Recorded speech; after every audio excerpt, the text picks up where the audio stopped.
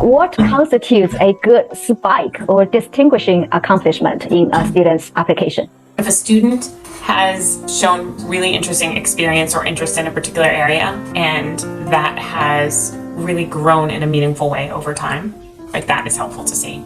If they've moved into a leadership role, if they are very involved in a certain activity or organization, and that involvement expands to go sort of beyond their school community, seeing where a student is attached to something bigger than themselves that is meaningful, and or they have really gone deep into something, so to speak. Leadership is often repeatedly mentioned in college application.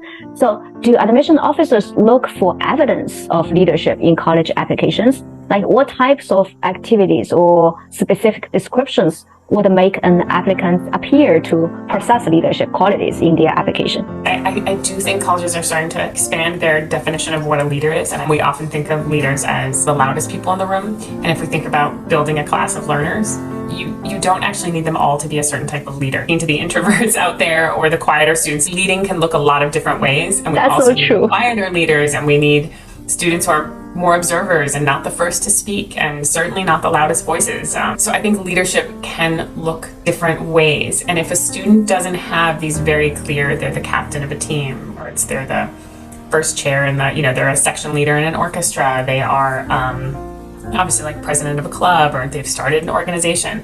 Those things are all sort of like these very clear indicators of leadership. If a student doesn't have such sort of clear indicators of leadership, that ideally then their recommendations can speak to who they are in their community and what they're offering, even if it doesn't have a specific title attached to it. And what types of leadership descriptions are viewed skeptically by admission officers? So for instance, a student can say, well, I'm the founder of this blog or this organization. But if it's a club that doesn't meet regularly and just has a name on it and you're the leader, but it's not impacting the school community, it's not filling a need in that community, any student can start a club and say that they're the leader. That's so true. And in terms of sort of attaching their name to bigger things doesn't mean a lot if you're not doing meaningful work. Does a paid internship, such as working at McDonald's or babysitting for a neighbor, make sense for college applications? Do you recommend putting these into the activity list in Common App? Absolutely. Recently, that I've been really pleased to see in the Common App is more explicitly asking students about family responsibilities. Sometimes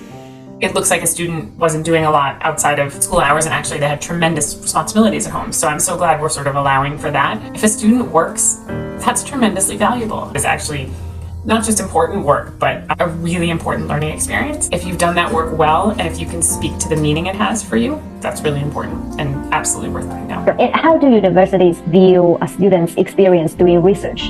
Does this research have to be published to be valuable? No, absolutely not. But a student has to, again, be able to speak about the meaning of that work to them. Anyone with connections can find a professor to do research with them. That doesn't mean that you are pursuing it with the intellectual curiosity that we would want to see. Some students, they have dedicated to caring for elderly or children within their local communities. They have constantly engaged in these activities on a weekly basis over a span of 4 years. On the other hand, other students choose to travel to Africa to support education or venturing to rural mountains to engage in a charitable work. These activities maybe last for only 1 or 2 summers.